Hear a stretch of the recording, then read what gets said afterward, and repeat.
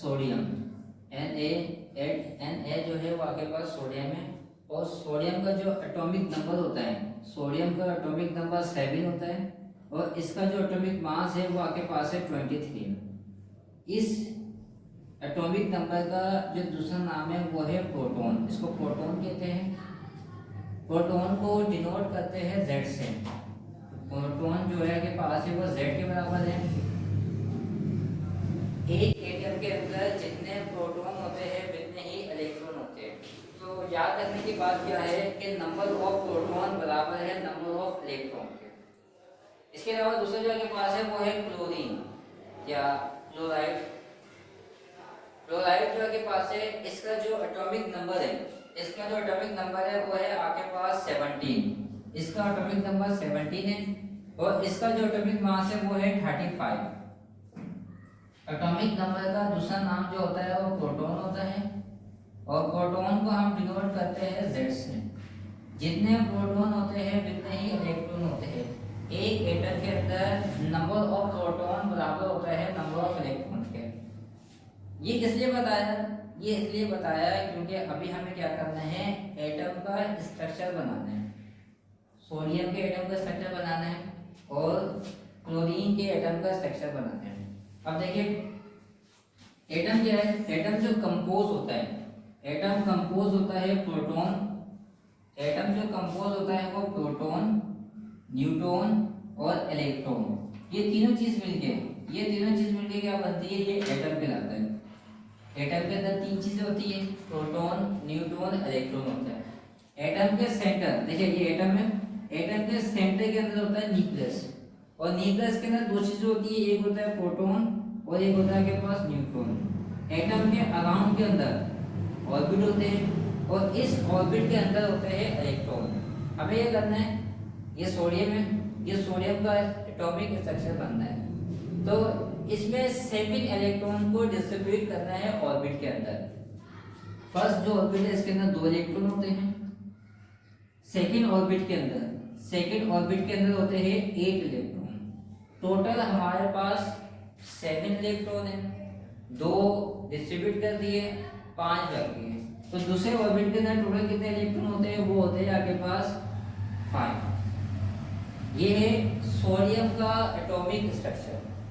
Atomic structure है, atom के centre के अंदर न्यूक्लियस होते हैं, जितने प्रोटॉन होते हैं उतने ही इलेक्ट्रॉन होते हैं। ये दूसरा देखिए क्लोरीन, क्लोराइड जो के पास है, इसके सेंटर के अंदर प्रोटॉन और न्यूट्रॉन है, इसके अराउंड के अंदर ऑर्बिट है। पहले ऑर्बिट के अंदर 2 इलेक्ट्रॉन होते हैं, तो हम यहाँ पर 2 इलेक्ट्रॉन को फिल कर देते हैं। सेकेंड ऑर्बिट के अंदर 8 होते हैं। हमारे पास टोटल जो है इलेक्ट्रॉन वो है 17। हमें 17 इलेक्ट्रॉन को डिस्ट्रीब्यूट करना है ऑर्बिट के अंदर। यह रहेगा 2 4 6 8। कितने इलेक्ट्रॉन हो गए, टोटल 10 हो गए, 7 बचे हैं। थर्ड ऑर्बिट के अंदर, तीसरे ऑर्बिट के अंदर जो इलेक्ट्रॉन होते हैं वो होते हैं आपके पास 18।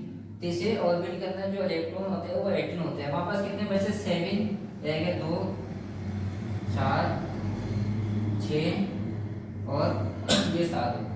ये है क्लोरीन का, क्लोराइड का एटॉमिक स्ट्रक्चर। अब देखिए इसके जो आउटर मोस्ट शेल है, सही है, जो आगे पास तीसरा ऑर्बिट है, इसके अंदर कितने इलेक्ट्रॉन है, 7 इलेक्ट्रॉन है। यहाँ पर इलेक्ट्रोनेगेटिविटी ज्यादा है। इलेक्ट्रोनेगेटिविटी किसे कहते हैं, इलेक्ट्रॉन को पुल करने की एबिलिटी। ये क्या करते हैं, जितने ज्यादा इलेक्ट्रॉन होंगे हैं उतने ही ज्यादा आखिरी ऑर्बिट के अंदर जितने ज्यादा इलेक्ट्रॉन होंगे उतने ही ज्यादा इसके अंदर क्या होगी, इलेक्ट्रोनेगेटिविटी होगी। अच्छा, इलेक्ट्रोनेगेटिविटी किसे कहते हैं, इलेक्ट्रॉन को पुल करने की सलाहियत। ये इलेक्ट्रॉन दूसरे एटम का इलेक्ट्रॉन को पुल कर रहा है।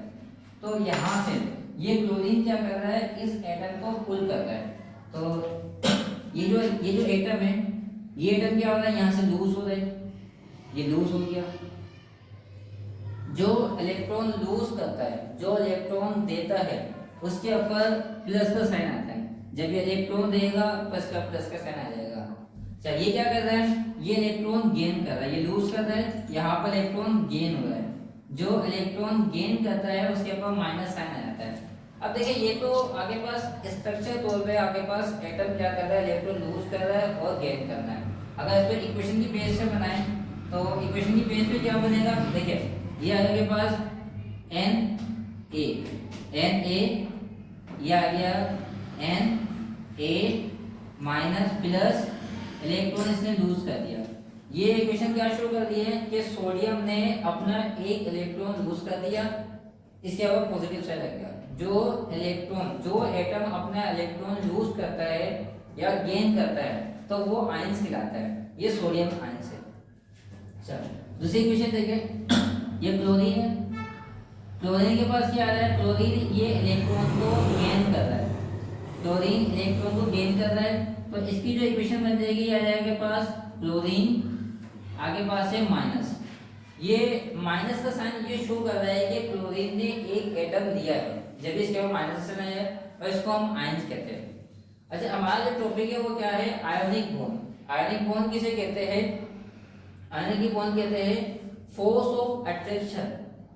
फोर्स ऑफ अट्रैक्शन कब होती है, जब एक प्लस और एक माइनस का साइन है, इनके दोनों के बीच में जब एक इलेक्ट्रॉन लूज कर रहा है एक गेन कर रहा है, तो जो लूज कर रहा है उसके बाद प्लस का साइन आ गया, जो गेन कर रहा है उसके बाद माइनस का साइन आ गया, तो इनके बीच में क्या आ गए, फोर्स ऑफ अट्रैक्शन आ गई।